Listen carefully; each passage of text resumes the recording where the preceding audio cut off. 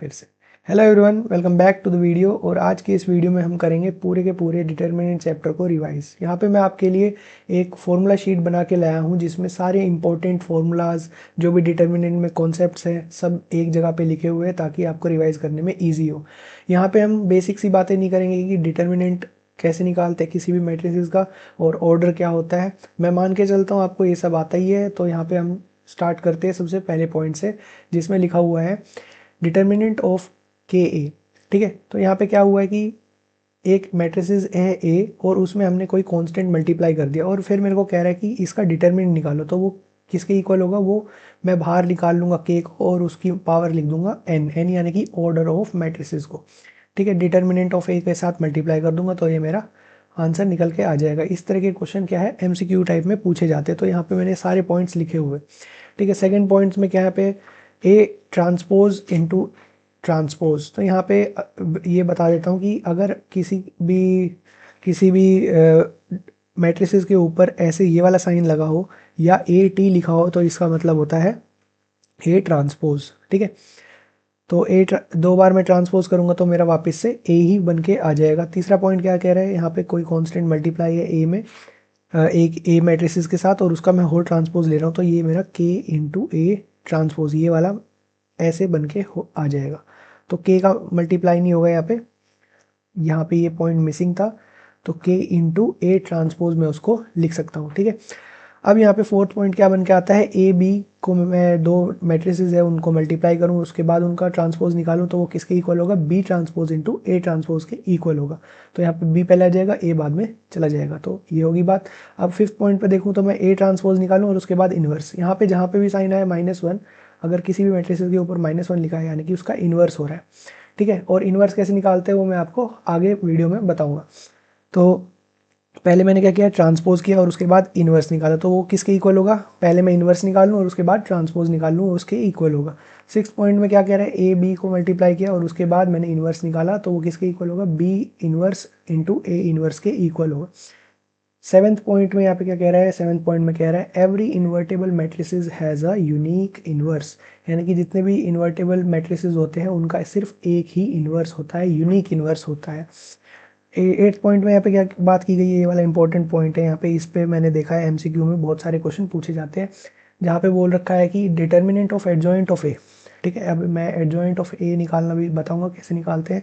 Adjoint of ए अगर हमें इसका डिटर्मिनेंट निकालना है तो वो क्या होगा, डिटर्मिनेंट ऑफ ए की पावर n-1 होगा। तो इसमें किस तरह के क्वेश्चन आ सकते हैं, एक क्वेश्चन मैं आपको करके दिखाता हूँ। ठीक है, अगर मेरे पास यहाँ पे मैं मान लेता हूँ मेरे को एक मैट्रिसेस दिया है ए, वो है 5 2 7 3। ठीक है, और मेरे को कह रहा है कि डिटर्मिनेंट ऑफ एडजॉइंट ऑफ ए निकालो। तो अब मैं क्या करूँगा, मैं पहले एडजॉइंट ऑफ ए निकालूँ फिर डिटर्मिनेंट निकालूँ, नहीं। तो मैं यहाँ पे डायरेक्ट फॉर्मूला यूज़ कर सकता हूँ कि determinant of A into n-1 वाला फॉर्मूला यूज़ कर सकता हूँ। n क्या है यहाँ पे, ऑर्डर ऑफ मैट्रिसेस। यहाँ पे ऑर्डर कितना है, 2x2 मेरे को दिख रहा है तो मेरी n की वैल्यू आ गई 2। अब यहाँ पे मैं क्या करूँगा, इसका डिटर्मिनेंट निकाल लूँगा। डिटर्मिनेंट मेरे को पता है कैसे निकालते हैं। यहाँ पे 5 इंटू 3 होगा, पहले 5 इंटू 3 होगा -7 इंटू 2 विच इज़ 14। ठीक है, तो 15 - 14 विच इज़ 1। ओके, तो इसका मेरा डिटर्मिनेंट कितना है 1। तो यहाँ पे मैं क्या करूँगा, 1 की पावर n-1 इनकी 2-1 कर दूंगा तो ये मेरा एडजॉइंट ऑफ ए का डिटर्मिनेंट आ जाएगा। एडजॉइंट ऑफ ए का डिटर्मिनेंट मेरा 1 की पावर 2-1 विच इज़ 1। तो आई होप आपको ये वाले इस तरह के क्वेश्चन समझ आए होंगे। इस तरह के क्वेश्चन बहुत सारे पूछे जाते हैं, ये 1 मार्क्स में पूछे जाते हैं। अब हम चलते हैं अपने नेक्स्ट पॉइंट पे जिसमें adjoint of A into B पूछा गया है। तो वो क्या हो जाएगा, adjoint of A B into adjoint of A. आगे पीछे हो जाएंगे, ये हर जगह हो रहा है, इन्वर्स में भी ट्रांसपोज में भी मैंने सिमिलर चीज़ नोटिस की। अब यहाँ पे एडजॉइंट ऑफ ए और किसका हो रहा है, ए ट्रांसपोज का हो रहा है। तो मैं क्या कर सकता हूँ, एडजॉइंट ऑफ ए निकाल लूँ और फिर बाद में उसका ट्रांसपोज कर दूँ। ठीक है, अब यहाँ पे 11th पॉइंट क्या है, एडजॉइंट ऑफ ए। तो वो कैसे बनेगा, डिटर्मिनेंट ऑफ ए की पावर n-1। ध्यान से देखना, यहाँ पे n-2 लिखा हुआ है, n-1 नहीं लिखा, n-2 लिखा है यहाँ पे। थोड़ा मैं इरेजर से मिटा देता हूँ तो ये n-2 लिखा हुआ है और फिर ये मल्टीप्लाई हो रहा है ए में। ठीक है, अब यहाँ पे अगला पॉइंट क्या आ जाता है, determinant of adjoint of A n, determinant of A n minus two की पावर टू, देखिए ध्यान से, एन माइनस वन की पावर टू हो रहा है। ठीक है, अब यहाँ पे नेक्स्ट पॉइंट आ रहा है, ये भी एक इम्पोर्टेंट फॉर्मूला है मेरा, जो कि मैंने देखा है एमसीक्यू में बहुत पूछा जाता है कि डिटर्मिनेंट ऑफ ए इनवर्स वो किसके इक्वल होता है, वन अपॉन डिटर्मिनेंट ऑफ ए के इक्वल होता है। 14 पॉइंट यहाँ पे, एडजॉइंट ऑफ ए इंटू ए। तो एक चीज़ मैं यहाँ पे बताना चाहूँगा कि ए इंटू एडजॉइंट ऑफ ए लिखूँ मैं, या मैं लिखूँ एडजॉइंट ऑफ ए इंटू ए। तो वे दोनों किसके इक्वल होता है, डिटर्मिनेंट ऑफ ए इंटू आई के इक्वल होते हैं। ठीक है, इसी से मेरा क्या बनता है, इसी से मेरा ए इनवर्स बन के आता है, जो कि ये वाला नेक्स्ट फॉर्मूला ए इनवर्स का फॉर्मूला ये होता है। ध्यान से देखेंगे यहाँ पे क्या लिखा हुआ है, ए इनवर्स का फॉर्मूला, ए इनवर्स का फॉर्मूला लिखा हुआ है adjoint of A upon determinant of A. क्या लिखा हुआ है, adjoint of A upon determinant of A. ठीक है, तो एडजॉइंट कैसे निकालते हैं, अब मैं वो बताता हूँ। एडजॉइंट हमारा किसी भी मैट्रिसेस का एडजॉइंट कैसे निकालते हैं, तो इसके लिए भी मैं बोर्ड पे चलता हूँ। जैसे मान लेते हैं हमें सिमिलर क्वेश्चन दिया हुआ है ये वाला, कि ए है हमारे पास 5 3 7, सॉरी 5 2 7 3। अब 2 क्रॉस 2 का मैट्रिसेस का एडजॉइंट हमारा क्या होता है, हमारा कुछ नहीं होता, हम ये दोनों जो ये दोनों हैं इन दोनों वैल्यूज़ को इंटरचेंज कर देंगे और इन दोनों वैल्यूज़ की हम आगे साइन चेंज कर देंगे। तो ये क्या बन के आ जाएगा, ये आ जाएगा 3 और इधर 5 हो जाएगा और इधर हो जाएगा -2 और इधर हो जाएगा -7। तो ये मेरा एडजॉइंट ऑफ ए बन के आ जाएगा। ठीक है, ये हो गया मेरा 2 क्रॉस 2 का एडजॉइंट निकालना। अब 3 क्रॉस 3 का कैसे निकालेंगे, 3 क्रॉस 3 में क्या होता है, मेरे को पहले कोफैक्टर मैट्रिसेस बनाना होता है। कोफैक्टर मैट्रिसेस मैं मान के चलता हूँ आपको कोफैक्टर निकालना आता है, तो मैं एक कोफैक्टर मैट्रिसेस निकालूंगा। मेरा अगर ए कुछ दिया हुआ है, एक मैट्रिसेस ए आई जे, तो हमारा मेरे को पता है कि कोफैक्टर मैट्रिसेस को मैं एम मान लेता हूँ, तो वो मेरा क्या होगा, वो मेरा होगा कैपिटल ए आई जे। ठीक है, तो कोफैक्टर को मैं कैपिटल ए से रिप्रेजेंट करता हूँ। अगर आप बुक में भी देखोगे तो बुक में भी कोफैक्टर को कैपिटल ए आई जे से रिप्रेजेंट करते हैं। ठीक है, तो कोफैक्टर मैट्रिसेस निकाल लिया, कोफैक्टर मैट्रिसेस का हम ट्रांसपोज कर देंगे, तो इस मैट्रिसेस का ए आई जे का हम ट्रांसपोज करेंगे, तो मेरा कोफैक्टर एडजॉइंट ऑफ ए बन के आ जाएगा, एडजॉइंट ऑफ ए बन के आ जाएगा, या मैं लिख सकता हूँ इस चीज़ को इस तरीके से। ठीक है, अगर इसका हम एक एग्जांपल देखें तो वो थोड़ा मैं लेट हो जाऊंगा इस वीडियो को बनाने में, इसीलिए मैंने सिर्फ ये समझाया है कि मेरे को क्या करना होगा। जो मेरे को मैट्रिसेस दिया होगा ए, उसका मेरे को कोफैक्टर मैट्रिसेस बनाना होगा। कोफैक्टर मैट्रिसेस हमारा ए आई जे से रिप्रेजेंट हो जाएगा और उसका मैं एक बार ट्रांसपोज कर दूंगा तो मेरा एडजॉइंट ऑफ ए निकल के आ जाएगा। ठीक है, तो ये बात होगी एडजॉइंट ऑफ ए की। अब हम चलते हैं ए इनवर्स पे। तो हमारा ए इनवर्स कैसे निकलेगा, हमारा ए इनवर्स निकलेगा एडजॉइंट ऑफ ए को ऊपर रख देंगे और डिवाइड कर देंगे उसको डिटर्मिनेंट ऑफ ए से। ठीक है, यहाँ पे डिटर्मिनेंट ऑफ ए 0 नहीं होना चाहिए। ठीक है, जब भी हमारा ए इनवर्स एग्जिस्ट करेगा। ठीक है, ये बात अब हम अगले उसमें पढ़ने वाले solution of system of linear equation में। तो अगला पॉइंट हमारा जो लास्ट पॉइंट है ये वाला देख लीजिए, एडजॉइंट ऑफ के ए। तो वो क्या होता है, के बाहर आ जाएगा n-1 और एडजॉइंट ऑफ ए हो जाएगा। अब हम सबसे इम्पोर्टेंट पॉइंट पार्ट जो है पूरे के पूरे डिटर्मिनेंट का, अब हम वो पढ़ने जा रहे हैं, जो कि है solving system of linear equation. ठीक है, सोल्यूशन ऑफ लीनियर इक्वेशन। यहाँ पे क्या हमें दिया होगा, लीनियर इक्वेशन दी गई होगी 3 4, तीन ही दी होती है बेसिकली, क्योंकि हमें 3 क्रॉस 3 का मैट्रिसेस बनाना होता है।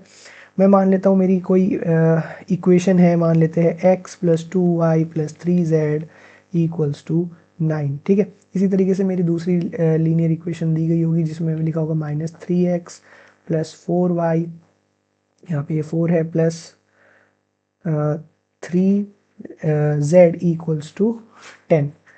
तो यहाँ पे नहीं, यहाँ पे लिख के दिखाता हूँ, इसमें ज़्यादा क्लियर रहेगा।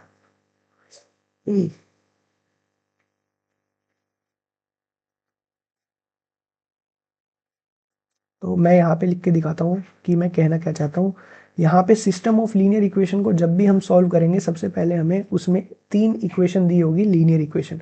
तो मैं मान लेता हूँ वो मेरी x+2y+3z इक्वल्स टू 9 दी गई है, और दूसरी इक्वेशन दी है -3x+4y +3z इक्वल्स टू 15, और तीसरी दी है मेरी x+y इक्वल्स टू 10। तो यहाँ पे मेरे को क्या करना होगा, अगर मैं इस नोट में देखूँ तो मेरे को सबसे पहले क्या करना होगा, सबसे पहले मेरे को उसको ax इक्वल्स टू बी के फॉर्म में बनाना होगा।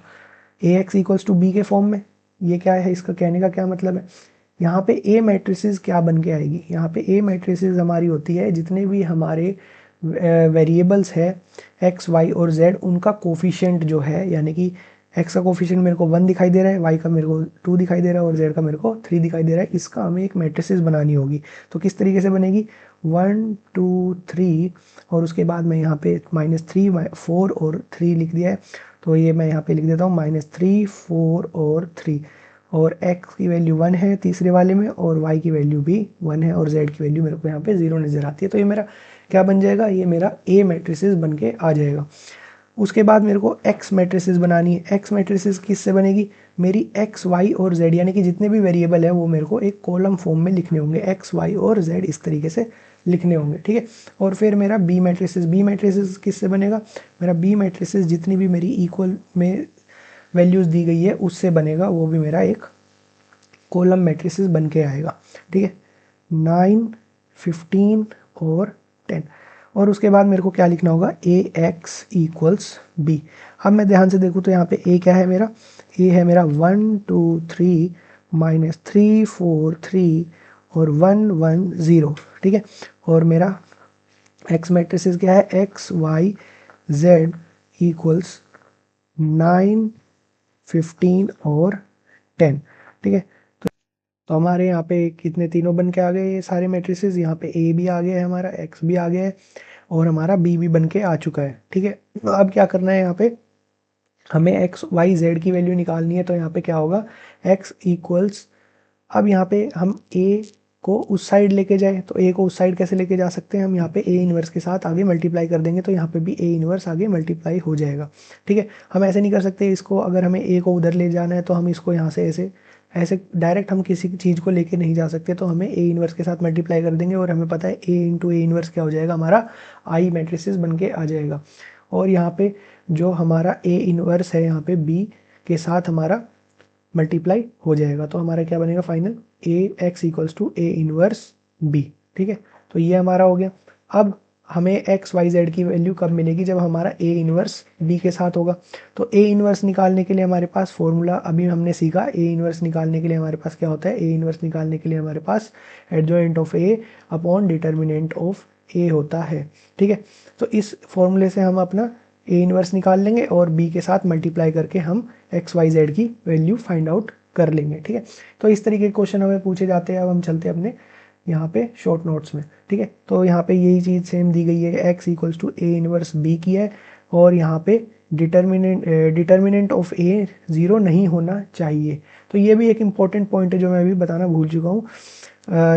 डिटर्मिनेंट ऑफ ए हमारा 0 नहीं होना चाहिए जब भी हमारा इनवर्स एग्जिस्ट करेगा। तो ये हमें बहुत इंपॉर्टेंट पॉइंट है कि इनवर्स एग्जिस्ट करेगा या नहीं करेगा। अगर यहाँ पे 2 कंडीशन दी गई है, दूसरी कंडीशन क्या है कि डिटर्मिनेंट ऑफ ए 0 हो जाए, तो डिटर्मिनेंट ऑफ ए 0 हो जाए तो सिस्टम क्या हो जाएगा, इनकन्सिस्टेंट हो जाएगा। और ये वाला जो पोर्शन है, ये वाला, ये हमारा सिर्फ और सिर्फ एमसीक्यू टाइप में पूछा जाता है, ठीक है, कि इनफाइनाइट सोल्यूशन कब होगी, कि उसकी कंडीशन बताओ कि इनफाइनाइट सोल्यूशन कब होते हैं। तो वो होते हैं जब adjoint of A into B हमारा 0 होता है, और नो सोल्यूशन कब होता है, जब हमारा adjoint of A into B not equals to 0 होता है, तो हमारा नो सोल्यूशन होता है। तो इस तरीके के क्वेश्चन एमसीक्यू में पूछे जाते हैं, और अगर हमें सिस्टम ऑफ लीनियर इक्वेशन को सॉल्व करना है तो वो कंसिस्टेंट पार्ट से बन के आते हैं, जहाँ पे डिटर्मिनेंट ऑफ ए 0 नहीं होता है, ठीक है। तो वहीं पे मैंने स्टेप्स लिखे हुए हैं नीचे, अगर ध्यान से देखें तो ये स्टेप्स जो मैंने अभी अभी समझाए सेम वही स्टेप्स है, कि सबसे पहले हमें क्या करना है, क्रिएट मैट्रिसेस, क्या कौन कौन से कोफिशिएंट मैट्रिसेस जो ए है, और वेरिएबल मैट्रिसेस जो एक्स है, और कांस्टेंट टर्म्स जो हमारी वो बी मैट्रिसेस में आ जाएगी। तो हम ए एक्स इक्वल्स टू बी लिखेंगे, फिर हम चेक करेंगे कि हमारा डिटर्मिनेंट ऑफ ए 0 है या नहीं। अगर 0 नहीं है जब भी वो हमारा इन्वर्स एग्जिस्ट करेगा। फिर हम क्या करेंगे, प्रोसीजर फाइंड करेंगे एडजॉइंट ऑफ ए को और फिर ए इन्वर्स निकाल लेंगे बाय यूजिंग दिस फॉर्मूला। ठीक है, तो फिर ये निकाल लिया हमने। फिर 6th पॉइंट आ जाएगा, हम x equals to A inverse B रख देंगे और ए इनवर्स को b के साथ मल्टीप्लाई करके compare and get the values. I think आपको ये पूरा का पूरा concept system of linear equation का समझ आया होगा। अब हम अपने नेक्स्ट पॉइंट पे चलते हैं। सिंगुलर मैट्रिसेस किसको बोलते हैं, जब हमारा डिटर्मिनेंट ऑफ ए 0 हो। और नॉन सिंगुलर मैट्रिसेस किसको बोलते हैं, जब हमारा determinant of A not equals to 0 हो। ठीक है, तो यहाँ पे जितने भी पॉइंट्स हमारे मैट्रिसेस या डिटर्मिनेंट में हो सकते थे सारे के सारे हमारे कवर हो चुके हैं और जो इम्पोर्टेंट फॉर्मूला थे वो भी मैंने आपको यहाँ पे सब समझा दिए। आई होप आपको ये वीडियो समझ आई होगी और हाँ, यहाँ पे बस इस वीडियो को यहीं पे करते हैं and thank you for watching.